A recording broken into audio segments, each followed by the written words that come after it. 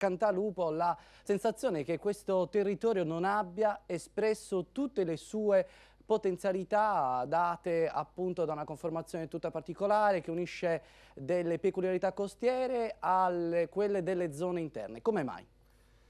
L'Ogliastra è un territorio con una grandissima potenzialità ambientale ma anche umana.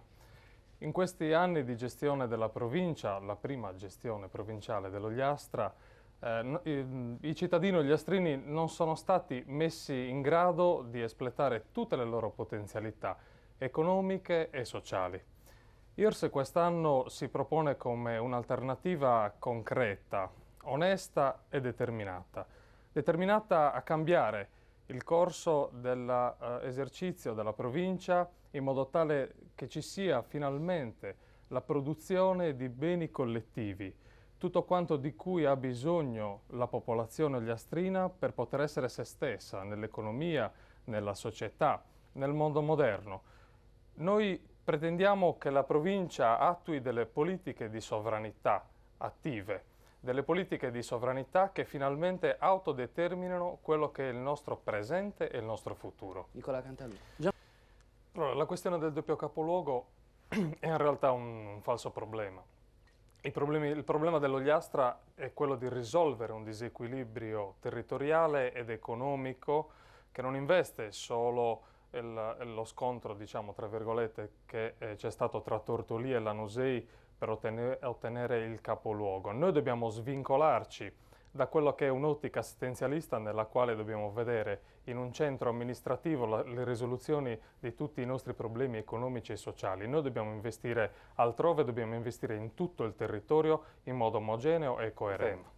Noi non possiamo pensare che un territorio possa essere ricettivo e da questo possa trarne vantaggio economico e sociale se questo tessuto produttivo non è interconnesso, non è funzionale. Funzionale a che cosa? Funzionale a quelle che sono le vocazioni locali del territorio, quindi le produzioni di qualità vanno incentivate mediante un sistema collaborativo, appunto, che noi chiamiamo ecomuseo del territorio, un sistema nel quale chiunque può trovare, diciamo, la sua strada applicando quelle che sono le sue conoscenze tecnologiche sedimentate da secoli o anche innovative e tecnologicamente avanzate per offrire al turista un'esperienza globale, un'esperienza completamente diversa dall'esperienza estetica di godere di un paesaggio bellissimo che noi abbiamo in Ogliastra. Questo non basta, noi dobbiamo assolutamente attivare delle politiche di valorizzazione che mettano in rete le produzioni locali, che queste produzioni possano essere commercializzate e che il turista quindi si veda immerso in una realtà che non è solo estetica ma è globale,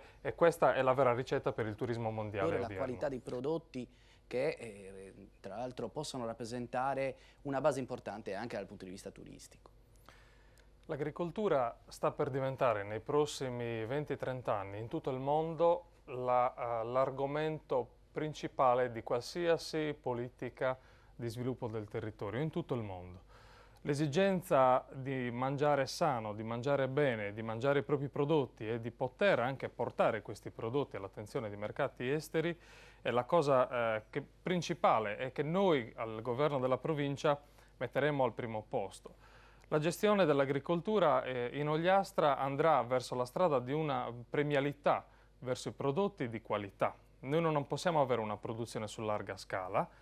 Questa produzione dovrà essere per forza di cose di qualità e deve trovare un mercato. Noi dobbiamo concentrarci soprattutto sul conquistare il mercato interno, perché attenzione, noi importiamo l'86% dei prodotti alimentari e quindi mangiamo l'86% di prodotti che vengono da fuori dalla Sardegna, quando siamo benissimo in grado di produrli qui. La difficoltà è nella commercializzazione, quindi una borsa sarda per il commercio dei prodotti alimentari è quello che serve, che noi vorremmo localizzare a Tortolì.